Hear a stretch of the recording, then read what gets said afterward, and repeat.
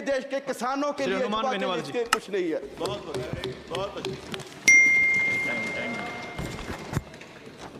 सभापति महोदय, सबसे पहले तो मैं आपको धन्यवाद दूंगा कि आज देश का जो बजट जिस पर चर्चा चल रही है उस पर आपने मुझे बोलने का मौका दिया केंद्रीय बजट पे। सभापति महोदय, तीसरी बार आपकी सरकार बनी और बहुत बड़ी उम्मीद देश के जवान, किसान, मजदूर, सर्व समाज को थी, लेकिन बजट से आम जन को निराशा हाथ लगी। मैं राजस्थान की नागौर लोकसभा से दूसरी बार चुनकर आया हूं।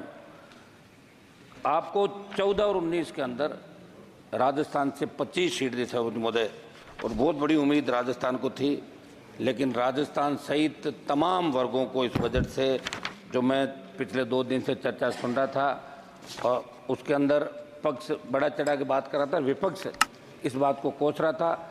हमें बिहार, आंध्रा को अगर विशेष पैकेज दिया उससे हमें कोई एतराज़ नहीं है, वो भी हमारे भाई हैं, लेकिन हम सबको जो पिछली 14 के अंदर आपको लाए, 19 के अंदर लाए, अब भी आपके जो साथ हैं उन लोगों का भी विशेष ध्यान रखना चाहिए। सौतेला व्यवहार देश के अन्य राज्यों के साथ नहीं होना चाहिए था। सभापति महोदय, प्रधानमंत्री जी को मैं कहना चाहता था, एक आपके हमारे राजस्थान स्टेट जहाँ के मुख्यमंत्री जी है, उन्होंने ट्वीट किया जब बजट यहाँ पर आया, तो मुख्यमंत्री जी ने ट्वीट किया, Patna Purnia expressway, Buxar Bhagalpur expressway, Bodhgaya Vaishali और दरभंगा में सड़कों का काम तेजी लाई जाएगी। बक्सर में गंगा नदी नया लेन वाला पुल 26,000 करोड़ की कुल लागत से बिहार का ट्वीट हमारे मुख्यमंत्री जी ने किया, भजन लाल जी ने। और जब आलोचना हुई राजस्थान के अंदर तो उनको अपना ट्वीट वापस लेना पड़ा। उनको ये लगा कि चूक हो गई। वहाँ तो आपकी सरकार थी राजस्थान के अंदर, आपकी सरकार जहाँ है, और वहाँ व्यथित होकर मुख्यमंत्री को ट्वीट वापस लेना पड़े, मेरे हिसाब से ये मामला ठीक नहीं। अब जब भी आप घोषणा करें, 8 करोड़ राजस्थान के जो लोग हैं जिन्होंने भारतीय जनता पार्टी की सरकार दी, हमेशा आपके साथ खड़े रहे, उनके साथ धोखा हुआ, ऐसा इसके अंदर। एमएसपी पे सभापति महोदय, दूसरे कार्यकाल में देश का सबसे बड़ा किसान आंदोलन हुआ, लंबे समय चला, 700 से ज़्यादा किसानों ने शहादत दी, और मैं आपकी एनडीए का हिस्सा था। और किसान आंदोलन के समय अकाली दल और राष्ट्रीय लोकतांत्रिक पार्टी, जिन्होंने एनडीए को छोड़ा और किसानों के हक के लिए हमने राष्ट्रीय राजमार्ग जाम किया, मैं आपको छोड़ के अलग हुआ। उस समय आपके यहाँ से कई सांसद कहते थे कि अब की बार कैसे जीत के आओगे। अब की बार हम जीत के भी आए हैं और 11 लोगों को साथ लेके भी राजस्थान से आए, ये आप जानते समझ महोदय। आपने एमएसपी पे जो वादा किया था उसे कुछ आपने बढ़ाकर एमएसपी की बात की। हम चाहते हैं कि एमएसपी की पूरी खरीद हो और किसान को उसका हक और अधिकार मिले। जो वादा आपने किया वो वादा आपने, मैं किसान कर्ज माफी की बात करूँ सभापति महोदय, किसानों 30 जून 23 को इसी लोकसभा में जब आपकी सरकार ने मेरे सवाल के जवाब में देश के किसानों पर कर्जे की स्थिति बताई तो चिंताजनक थी। केवल मेरे राजस्थान के किसानों पर 1,47,538 करोड़ रुपये कृषि कर्ज बकाया है। मैं आपके माध्यम से प्रधानमंत्री जी से अनुरोध करता हूं कि किसानों की आर्थिक स्थिति पटरी पर लाने के लिए राजस्थान सहित देश के सभी किसानों की कर्ज माफी करने का निश्चित रोड मैप बनाया जाए और ट्रैक्टर सहित कृषि उपकरणों को जीएसटी के दायरे से बाहर किया जाए। सभापति महोदय, जब आपने 15 लाख करोड़ रुपये धनासेठों का माफ किया, पिछले सरकारें कोई सी भी रही चाहिए, मैं कोई ये नहीं कह रहा कि एक सरकार की बात है, लेकिन किसान कर्ज माफी की चिंता किसी ने नहीं करी।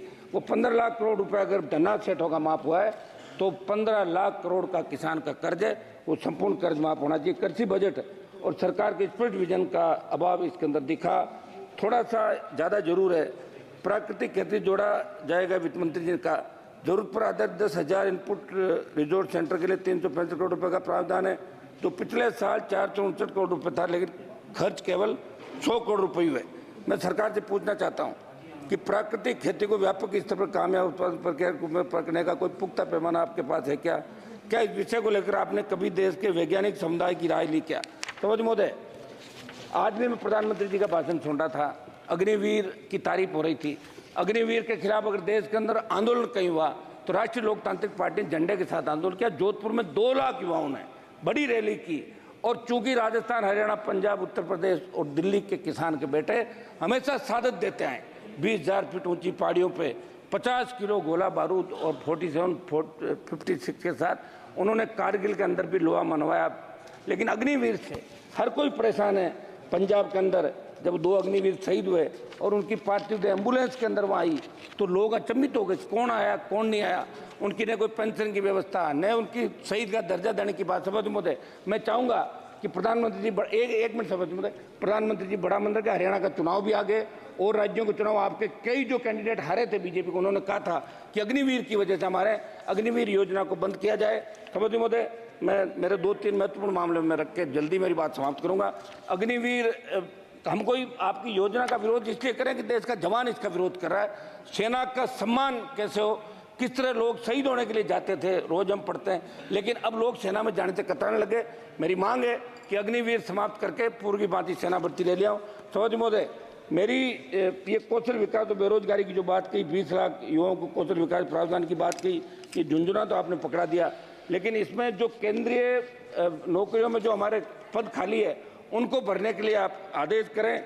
स्किल डेवलपमेंट की आपने बात की, तो हरियाणा के बाद राजस्थान की बेरोजगारी दर सबसे अधिक है, इसलिए इससे मेरा सुझाव है कि केवल स्किल देने से हम रोजगार नहीं दे सकते, हमें ये भी देखना होगा क्या समय के साथ कोर्स में बदलाव आया नहीं, क्या जो ट्रेनिंग सेंटर चल रहे हैं क्यों केवल सब्सिडी या सरकारी सहायता लेने तो नहीं चल रहे। सभापति महोदय, मैं एक समाप्त कीजिए, 1-1.5 मिनट में मेरी बात समाप्त करूँ। एनडीए की 1-1.5 मिनट साहब, एनडीए की सरकार 14 मनी तब क्रूड ऑयल का क्या भाव था और आज क्या है। क्रूड ऑयल सस्ता हुआ, बावजूद इसके पेट्रोल डीजल की कीमत आसमान छू रही है।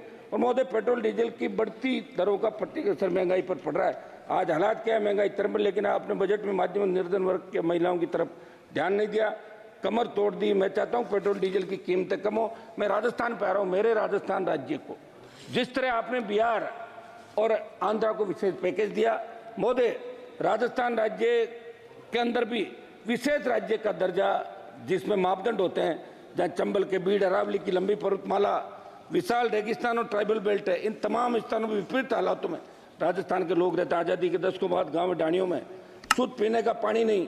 आपने पढ़ा होगा कि 20-20 किलोमीटर पैदल मटका सर पे रख के और जिस तरह महिलाएं पानी लाती थी, पानी के संचय आज भी हम टांकों के अंदर बरसात का पानी इकट्ठा करते हैं। आज़ादी के 75 साल बाद भी आज बड़े विकट हालात राजस्थान के अंदर है। ट्राइबल बेल्ट में कुपोषण से 12 के अंदर 1 मिनट साहब भूख से मौतें हुई। गांव के अंतिम छोर पर बैठे व्यक्ति को स्वास्थ्य सेवाओं से बुनियादी सुविधाओं का लाभ नहीं मिल पाता है। मैं आपसे मांग करता हूं कि राजस्थान को विशेष राज्य का दर्जा दे। दर्जा नहीं दे पा रहे हो आप तो विशेष पैकेज राजस्थान को दें, ये मेरी मांग है। सभापति महोदय, ईआरसीपी पे लास्ट मेरी कंक्लूड कर रहा हूं। सभापति महोदय, ईआरसीपी को आपने राष्ट्रीय परियोजना घोषित किया, जो हमारे ये आपके ईस्टर्न के जिले हैं, भारत सरकार इसे राष्ट्रीय महत्व की परियोजना का दर्जा दें। आपने दर्जा नहीं दिया। मेरे से नागौर सहित पश्चिम राजस्थान के वो तमाम जिले जिन्होंने अकाल के साये में अपना अतीत गुजरा आज भी संघर्ष करें, वहाँ के खेतों में सिंचाई के लिए और लोगों को पीने के पानी के लिए ईआरसीपी की तर्ज पे पश्चिम राजस्थान के अंदर WRCP पश्चिम राजस्थान नहरी परियोजना को की आप घोषणा यहाँ से कराएं। ये मैं आपसे मांग करता हूँ। एक मेरा अंतिम आधा मिनट 10 सेकंड में। हाँ 10 सेकंड। मेरा ये साहब, आपने सौभाग्य योजना आप लेकर आए देश के अंदर और प्रत्येक डाणी को विद्युतीकृत किया, लेकिन सौभाग्य की संशोधित योजना लाई, कुछ रह गया था हमारा बजट खर्च नहीं हुआ। RDSS विद्युतीकरण के लिए सौभाग्य की संशोधित योजना RDSS आई, आज मेरा जो आई, इसमें मेरा सवाल है जिसमें आपने बताया कि नागौर, डीडवाना, कुचामन जिले के लिए 15,615 घरों में विद्युतीकरण के लिए 25.57 करोड़ रुपए दिए। केवल मेरे संसदीय क्षेत्र की बात करो तो अभी के प्रावधान के अनुसार 45,000 रुपये तय कर रखे हैं कि भाई 45,000 रुपये तक अगर है तो सरकार देगी। मेरी मांग है कि बहुत डाणियाँ बस गई, दूर दूर डाणियाँ, तो 45,000 का ही राइडर हटा के 80,000 रुपये तक आप ये किया जाए, दूरी बढ़ाई जाए, तो और ज्यादा लोगों को लाभ मिलेगा। बहुत बहुत आपको धन्यवाद। बहुत बहुत धन्यवाद।